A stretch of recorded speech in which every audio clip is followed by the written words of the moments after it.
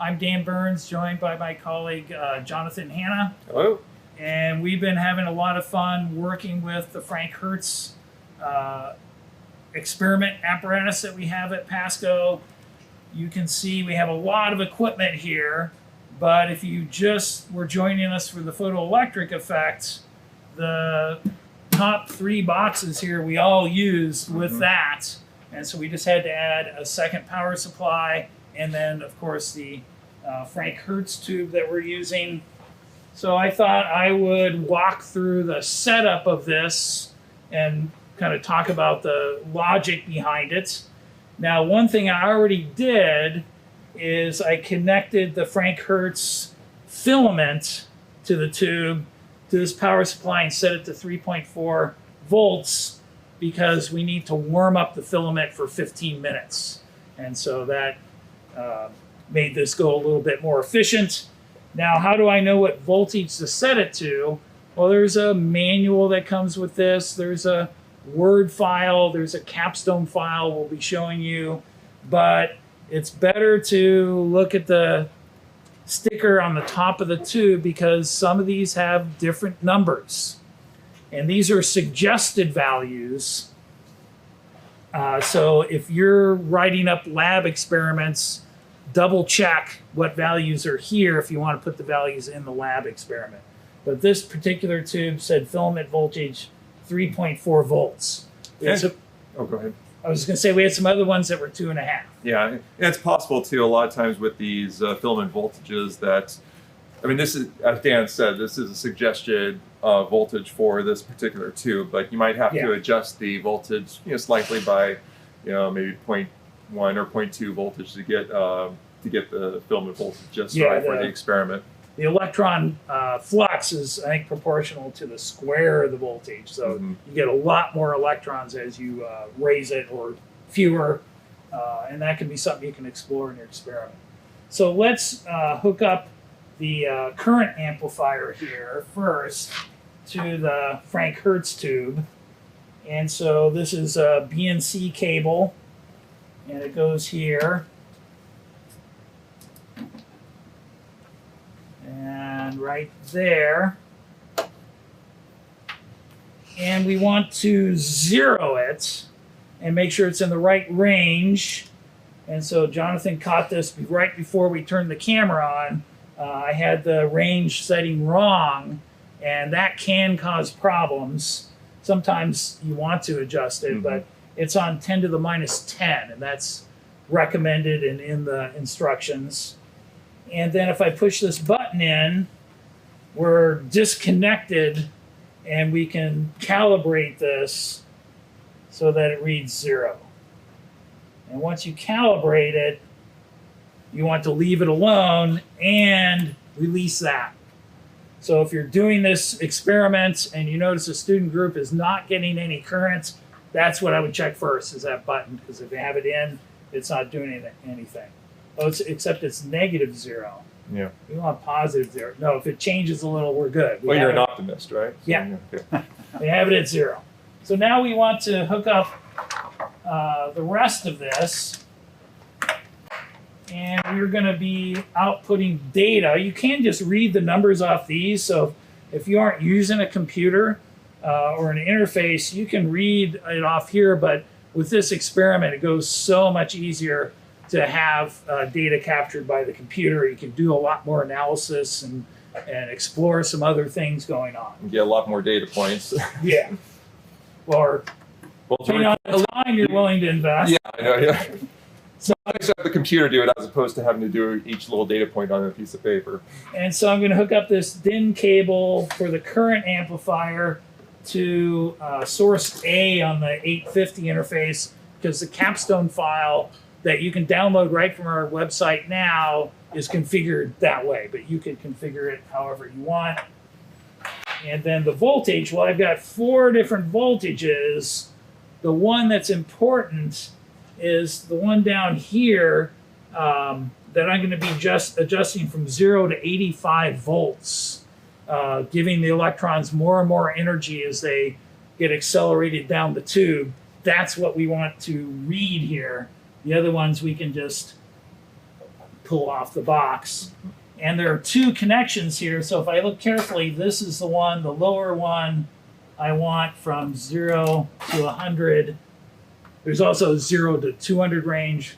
This tube says it can only go up to 85 volts, which is plenty. Yeah, you definitely don't want to go above that because you do risk damaging the tube. And so I put that into B again because the capstone file is configured for that. We'll look at that in a little bit. Now, this is sometimes called a tetrode because there's 4 different kind of connections. We have the filament hooked up already. Then right past the filament is grid 1. And grid 1, we're going to put a small voltage on it to kind of pull the electrons off the filament and get them into the accelerating field. And so that connects G1 and the cathode. And that is a small voltage that is going to be provided by this power supply. And since we have a lot of things here to keep track of, I'm just going to mark some of these down so we can make sure we know what we're dealing with. So we got the filament voltage right there, and then G1, the first grid. Let's see, we have that one right here. There you go. There we go. Hopefully that stays on. And then we have the main thing we're doing is trying to apply a voltage to accelerate the electrons so they have the inelastic collisions with the mercury atoms. And that is from the cathode to the second grid, G2, at the end of that potential. And so we can use the same connection to the cathode and then to G2. Okay. That one right there. And then finally, between the anode and grid 2, we want to put sort of a barrier for the electrons. So they've got to have a decent amount of energy to make it to the anode. So if they just had an inelastic collision with the mercury atom right in front of grid 2, they're not going to show up in our current. And so that's another thing, a parameter that you could adjust and see its effect. This particular experiment, I think we set it to 10 volts. Mm-hmm. And again, it does say on the tube itself what the ideal voltages are. Okay. There we go. So, and again, it does, like it says, it's on the tube. So the cathode voltage that we're just trying to get the electrons off the filament, we're going to set that to 1.5.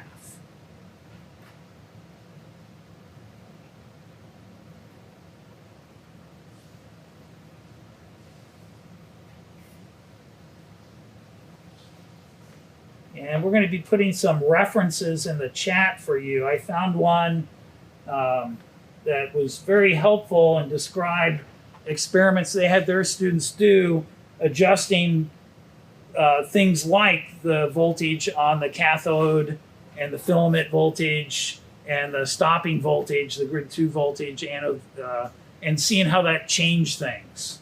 And so there's more to this than just repeating the Franck-Hertz one. Then we want this guy to be 10 volts. I really crank them. Mm-hmm. This goes up to 12.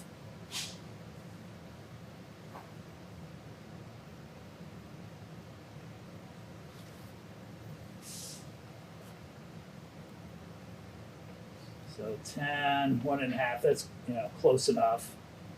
As long as you record the values you actually used in your lab, those are close enough. I'm not going to. And then we leave this on 0 until we're ready to collect data. So let's open up the capstone file and take a look at it. Again, you don't have to use this. So there's two. There's one that says Franck-Hertz with data, and then just Franck-Hertz. And so we're going to look at that. But once we show how the data collection goes, we'll go and just open up one that we've already collected data. Actually, that's one you can download yourself and check our analysis. Maybe we made a mistake. Now, let's go through the pages here. So it shows some sample data, a little bit of history on this. So the Franck-Hertz, it was kind of the key piece of evidence that the Bohr model of the atom is was worth exploring anyway, showing that energy levels were quantized in an atom. In this case, they did the mercury atom. Was interesting to me is they had no idea about Bohr's paper when they did this. Mm-hmm. And so some people say they were trying to support the Bohr model. They weren't aware of it. There's an old PSSC film on the Franck-Hertz experiment that in the beginning, the guy doing the lab sort of implies that. He pretty much says they were doing it to support the Bohr model. And then guess who comes on the film at the end? James Franck, and he says, no, we had no idea about it. So I wonder if he was even correcting them on the film. But that was, I recommend that film. Now also on that page, it has an image of what the, yeah, we are on the same page, yeah, but what the tube looks like. And one thing that I probably want to encourage to do, for your students is you can actually take the tube out. There's 2 screws on the back that you can remove. And you can take a look on the inside what the tube actually looks like. And in the tube here, it's kind of hard to decipher, and I'm not sure how well you can actually see on camera, but you can see that you have your first grid right down there, and then you have your second grid at the top right above it, and just right above that you have the anode, which is very tiny, so I'm not sure how well you can see that. But we have a sort of a linear model. Some of them are cylindrical, where the cathode is in the middle and the anode is around it. And at first I thought ours was like that too when I saw that shield there, but no, ours goes. That's what you see in that PSSC film, I believe. Yeah. But it's got a schematic there, and then ours has argon gas in it. And the original experiment was mercury. And one thing about mercury, well, it's the original experiment, so it'd be cool to do it, but you have to heat it. And so that apparently is an extra step some people want to avoid. So ours is using argon, which you don't have to heat. I think the advantage of mercury would be you could do the experiment without heating it as a control. And then you see the current go up. There's no dips or anything. But there's a definite safety advantage with this also versus mercury. And you could measure the light being produced, like Franck-Hertz. That was the second experiment, which was maybe just as important. With neon. No, they measured the mercury. Oh, with mercury, sorry. But this one, the wavelength is so short, and it's probably way too dim. To get it bright enough to measure, even if you had equipment, you'd probably damage the tube to get that much current. So we don't measure that. Neon actually produces a visible glow, but that is not the transition that you're measuring from the ground state to the first energy level. It's another one that happens, but it is kind of cool. A friend of mine, David Marasco at Foothill College, has done all 3 gases, and he has a great picture on his website. I think we're putting that in the chat, that shows the neon when there's several inelastic collisions happening for a particular electron. But I think we did pick the one that the main advantage of the argon is you get more crests and troughs, peaks and troughs, so you can get better data. So again, a little bit of reading for the students. There's a picture that looks just like this, right? Isn't that picture? I mean, it's uncanny. No, it's idealized, right? There is a photo of it, but when I was looking at this, I noticed in the photo they left the ground off the filament. So we did better than the photo. Whoops. They're not supposed to use the diagram. And so we've already done all this, at least hopefully we have. And so we are ready to record. Looks like everything's rocking here. We got this on. It's connected. And so you say record. Well, now what I'm going to do is turn this voltage dial from 0 to 85 volts and take the manual suggests 3 minutes. And so that's kind of slow. So I'm not going to do the whole thing.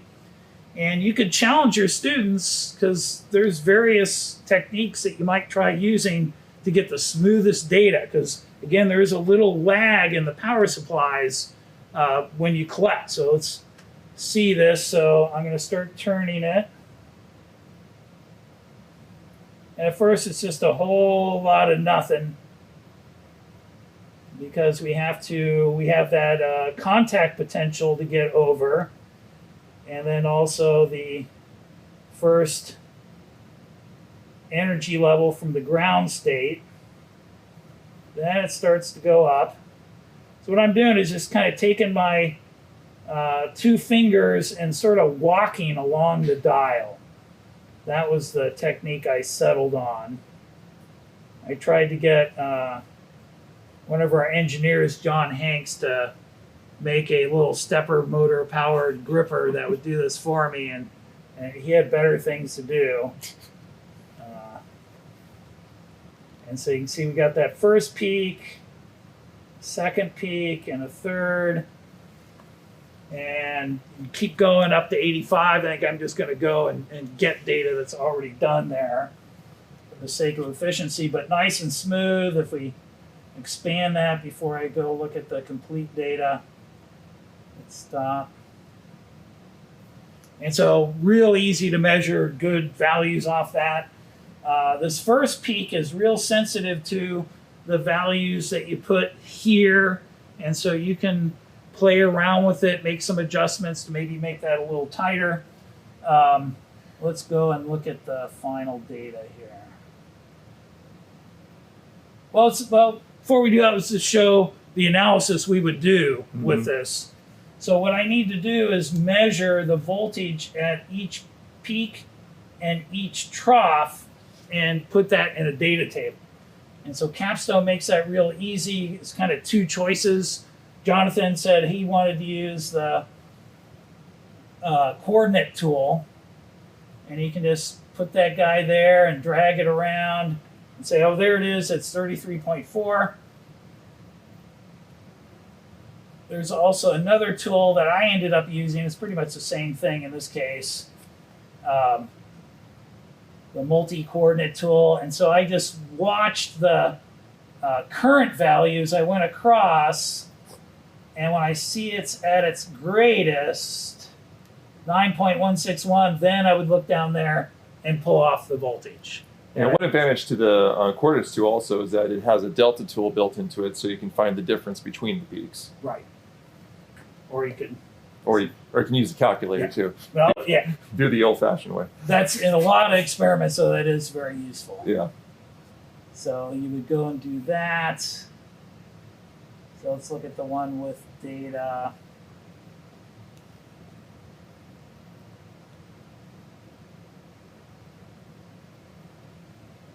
So this has the same pages we saw with instructions and things, but there's answers in the analysis and some sample data.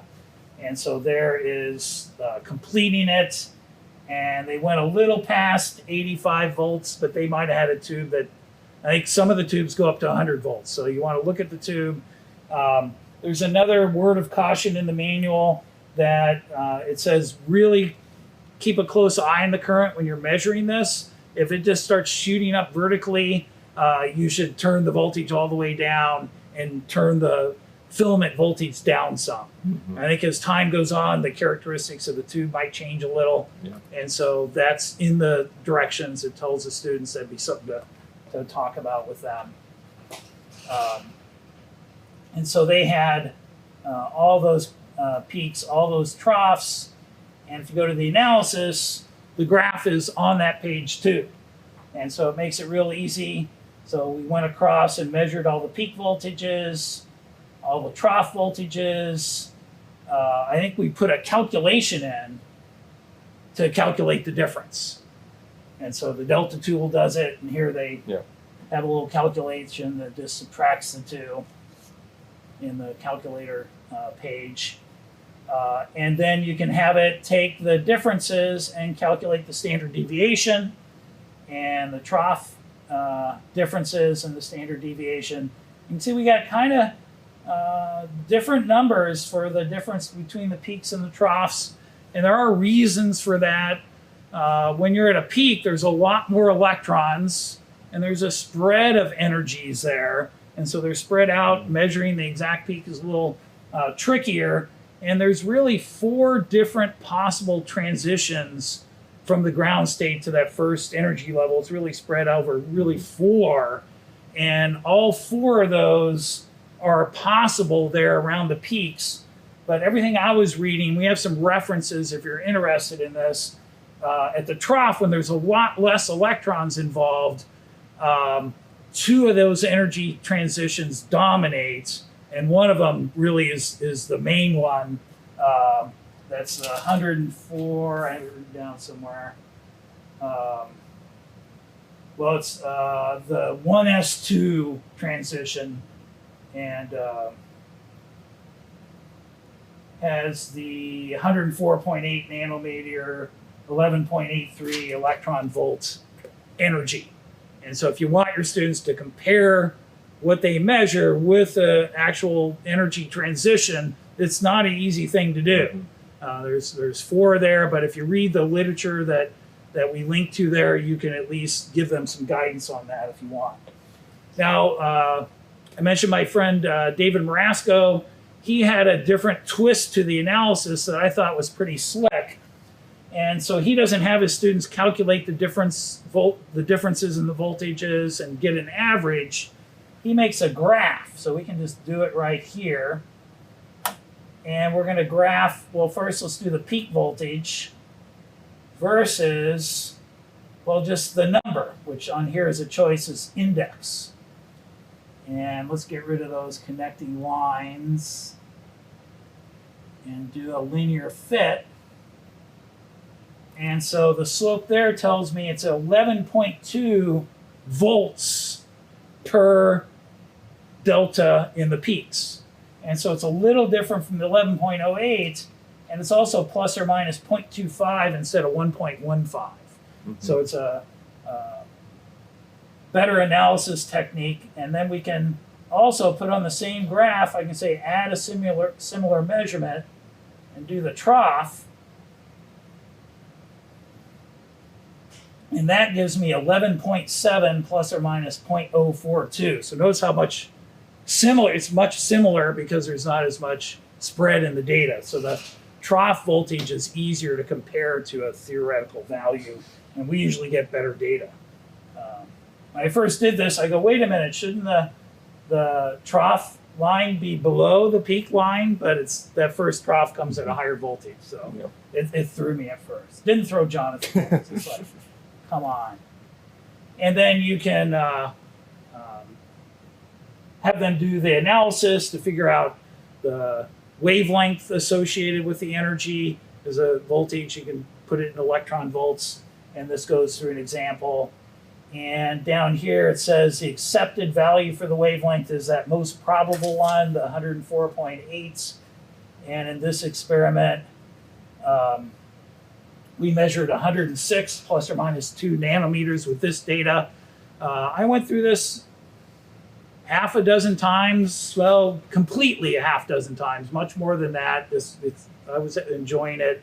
I got much better data than that most of the time, usually within a half a nanometer of that. So I do think that is a good value to have them compare it to. And let's see here. We talked about why argon. I think we covered everything. And so there are, again, a lot of great reading in the chat if you're interested. Some of it is them measuring what these energy transitions are, and that's where I got some of the information. And then that great paper showing how students varied these different parameters to sort of see what's optimal. But it actually agreed with most of the values we had, so that was good to see. Yeah.